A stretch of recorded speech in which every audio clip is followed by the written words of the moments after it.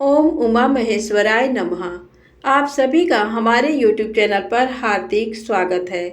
चैत्र मास महात्म कथा अध्याय 9 में आज सुने आगे की कथा। अध्याय 8 में आपने जाना पौंड्रक, जरासंध, शिशुपाल का वध, ब्रजवासियों की मुक्ति, सुदामा को ऐश्वर्य की प्राप्ति। अब आगे। धृतराष्ट्र के पुत्र दुर्योधन ने छल पूर्वक जुआ खेलकर पांडवों का सारा राज्य हड़प लिया था और उन्हें अपने राज्य से निर्वासित कर दिया था। इससे युधिष्ठिर, भीमसेन, अर्जुन, नकुल और सहदेव अपनी पत्नी द्रौपदी के साथ महान वन में जाकर वहां 12 वर्षों तक रहे। फिर 1 साल तक उन्हें अज्ञातवास करना पड़ा। अंत में सब मत्स्य देश के राजा विराट के भवन में एकत्रित हुए और भगवान श्री कृष्ण की सहायता से धृतराष्ट्र पुत्रों के साथ युद्ध करने को आए। अनेक देशों से आए हुए राजाओं के साथ परम पुण्यमय कुरुक्षेत्र में जुटे हुए पांडवों और धृतराष्ट्र पुत्रों में बहुत बड़ा संग्राम हुआ, जो देवताओं के लिए भी भयंकर था। उसमें श्री कृष्ण ने अर्जुन के सारथी का काम किया और अपनी शक्ति अर्जुन में स्थापित करके उनके द्वारा 11 अक्षौहिणी सेनाओं सहित दुर्योधन, भीष्म, द्रोण तथा अन्यान्य राजाओं का वध कराकर उन्होंने पांडवों को अपने राज्य पर स्थापित कर दिया। इस प्रकार पृथ्वी का सारा भार उतार कर भगवान ने द्वारकापुरी में प्रवेश किया। तदनंतर कुछ काल के बाद एक वैदिक ब्राह्मण अपने मरे हुए 5 वर्ष के बालक को लेकर द्वारका में राजा के द्वार पर रखकर बहुत विलाप करने लगा। उसने श्री कृष्ण के प्रति बहुत आक्षेप युक्त वचन कहे। श्री कृष्ण उस आक्षेप को सुनकर भी चुप रहे।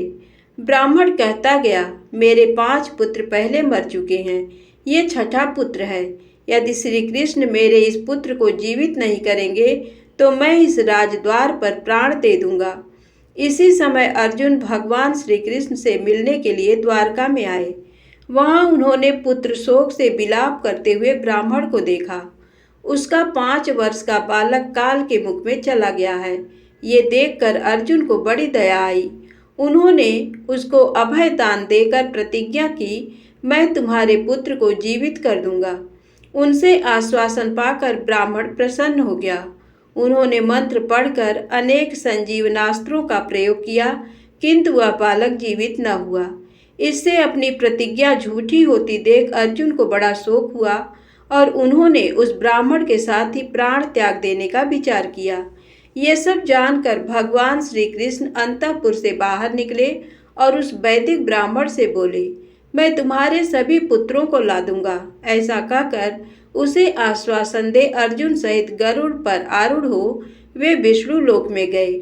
वहां दिव्य मणिमय मंडप में श्री लक्ष्मी देवी के साथ बैठे हुए भगवान नारायण को देखकर श्री कृष्ण और अर्जुन ने उन्हें नमस्कार किया। भगवान ने उन दोनों को अपनी भुजाओं में कस लिया और पूछा, तुम दोनों किस लिए आए हो? श्री कृष्ण ने कहा, भगवान, मुझे वैदिक ब्राह्मण के पुत्रों को दे दीजिए। तब भगवान नारायण ने वैसी ही अवस्था में स्थित अपने लोक में विद्यमान ब्राह्मण पुत्रों को श्री कृष्ण के हाथ में सौंप दिया। श्री कृष्ण भी उन्हें गरुड़ के कंधे पर बिठाकर प्रसन्नता पूर्वक अर्जुन सहित स्वयं भी गरुड़ पर सवार हुए और आकाश में देवताओं के मुंह से अपनी स्तुति सुनते हुए द्वारकापुरी में आए। वहां पहुंचकर उन्होंने ब्राह्मण के 6 पुत्र उन्हें समर्पित कर दिए। तब वह अत्यंत हर्ष में भरकर श्री कृष्ण को अभ्युदय कारक आशीर्वाद देने लगा। अर्जुन की भी प्रतिज्ञा सफल हुई, इसलिए उनको भी बड़ा हर्ष था।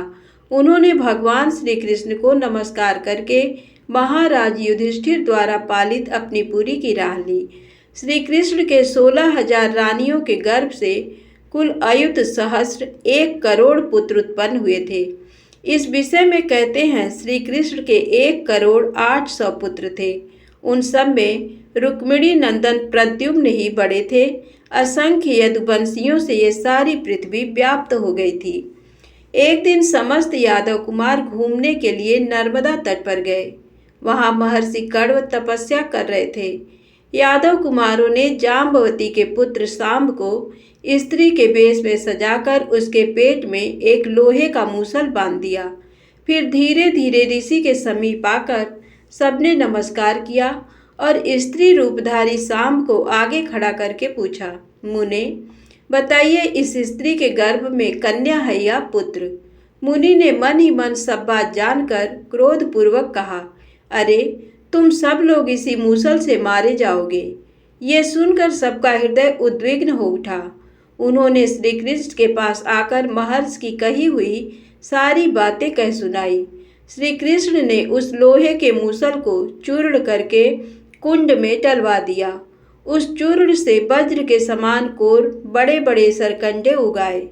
मूसल के चूर्ण होने से एक लोहा बच गया था जो कनिष्ठिका उंगली के बराबर था। उसको एक मत्स्य निकल गया। उस मत्स्य को निषाद ने पकड़ा और उसके पेट से उस मूसला शेष लोहे को निकालकर बाण के आगे का फल बनवा लिया। कुछ दिनों के बाद समस्त यादव परस्पर आक्षेप युक्त वचन कहते हुए उन सरकंडों द्वारा एक दूसरे से लड़कर नष्ट हो गए। भगवान श्री कृष्ण युद्ध से श्रांत होकर कल्प वृक्ष की छाया में सो रहे थे। उसी समय वह निषाद धनुष बाण लेकर शिकार खेलने के लिए आया। भगवान श्री कृष्ण के सिवा समस्त यादव युद्ध में काम आए। वे सभी मरने के पश्चात अपने अपने देव स्वरूप में मिल गए। इस प्रकार मूसल द्वारा सबका संहार करके अकेले भगवान श्री कृष्ण अनेक लताओं से व्याप्त महान कल्प वृक्ष की छाया में लेटे हुए अपने चतुर्व्यूहगत वासुदेव स्वरूप का चिंतन कर रहे थे। वे घुटने पर अपना एक पैर रखे मानव लोक का त्याग करने को उद्यत थे।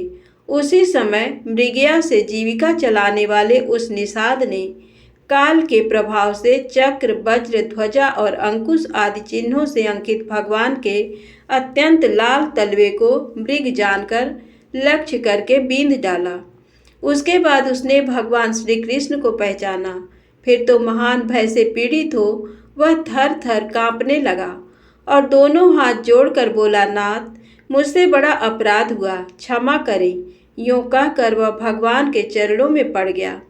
निषाद को इस अवस्था में देख भगवान श्री कृष्ण अपने अमृतमय हाथों से उठाया और ये कहकर कि तुमने कोई अपराध नहीं किया है, उसे आश्वासन दिया।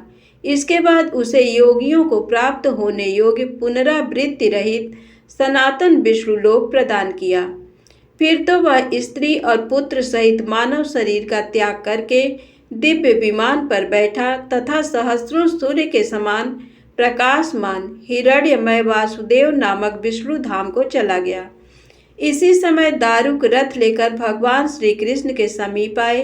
भगवान ने कहा, मेरे स्वरूप भूत अर्जुन को यहाँ बुला ले आओ। आज्ञा पाकर दारुक मन के समान वेगशाली रथ पर आरूढ़ हो तुरंत ही अर्जुन के समीप जा पहुँचे। अर्जुन उस रथ पर बैठकर आए और भगवान को प्रणाम करके हाथ जोड़कर बोले, मेरे लिए क्या आज्ञा है? भगवान श्री कृष्ण ने कहा, मैं परम धाम को जाऊंगा। तुम द्वारका जाकर वहां से रुक्मिणी आदि 8 पटरानियों को यहाँ ले आकर मेरे शरीर के साथ भेजो। अर्जुन दारुक के साथ द्वारकापुरी को गए। इधर भगवान श्री कृष्ण संपूर्ण जगत के सृष्टि, पालन और संहार के हेतुभूत संपूर्ण क्षेत्रों के ज्ञाता, अंतर्यामी, योगियों द्वारा ध्यान करने के योग्य अपने वासुदेवात्मक स्वरूप को धारण करके गरुड़ पर आरूढ़ हो महर्षियों के द्वारा अपनी स्तुति सुनते हुए परम धाम को चले गए। अर्जुन ने द्वारका में वसुदेव और उग्रसेन से तथा रुक्मिणी आदि पटरानियों से सारा हाल कह सुनाया। ये सुनकर श्री कृष्ण में अनुराग रखने वाले समस्त पूर्वासी पुरुष और अंतःपुरा की स्त्रियां द्वारकापुरी छोड़कर बाहर निकल आईं तथा वसुदेव, उग्रसेन और अर्जुन के साथ शीघ्र ही श्री हरि के समीप आईं। वहीं पहुंचकर 8 रानियां श्री कृष्ण के स्वरूप में मिल गईं। वसुदेव, उग्रसेन और अक्रूर आदि संपूर्ण श्रेष्ठ यादव अपना अपना शरीर त्याग कर सनातन वासुदेव को प्राप्त हुए। रेवती देवी ने बलराम जी के शरीर को अंक में लेकर चिता की अग्नि में प्रवेश किया और दिव्य विमान पर बैठकर वे अपने स्वामी के निवास स्थान दिव्य संकर्षण लोक में चली गईं। इसी प्रकार रुक्मी की पुत्री प्रद्युम्न के साथ, उषा अनिरुद्ध के साथ तथा यदुकुल की स्त्रियां अपने अपने पतियों के शरीर के साथ अग्नि प्रवेश कर गईं। उन सबका और दैहिक कर्म अर्जुन ने ही संपन्न किया। उस समय दारुक भी दिव्य अश्वों से जुते हुए सुग्रीव नामक दिव्य रथ पर आरूढ़ हो परम धाम को चले गए। पारिजात वृक्ष और देवताओं की सुधर्मा सभा ये दोनों इंद्रलोक में पहुंच गए। तत्पश्चात द्वारकापुरी समुद्र में गई। अर्जुन भी ये कहते हुए कि अब मेरा भाग्य नष्ट हो, सायंकालीन सूर्य की भांति तेजोहीन होकर अपनी पुरी में चले आए। इस प्रकार संपूर्ण देवताओं के हित के लिए तथा पृथ्वी के समस्त भार का नाश करने के लिए भगवान ने यदुकुल में अवतार लिया और संपूर्ण राक्षसों तथा पृथ्वी के महान भार का नाश करके नंद के ब्रज, मथुरा और द्वारका में रहने वाले समस्त चराचर प्राणियों को काल धर्म से मुक्त किया। महादेव जी कहते हैं, पार्वती, भगवान श्री कृष्ण का अत्यंत अद्भुत चरित्र सब प्रकार के उत्तम फल प्रदान करने वाला है। मैंने इसे संक्षेप में ही कहा है। जो वासुदेव के इस चरित्र का श्री हरि के समीप पाठ, श्रवण अथवा चिंतन करता है वह भगवान के परम पद को प्राप्त होता है। महापातक अथवा उपपातक से युक्त मनुष्य भी बाल कृष्ण के चरित्र को सुनकर सब पापों से मुक्त हो जाता है।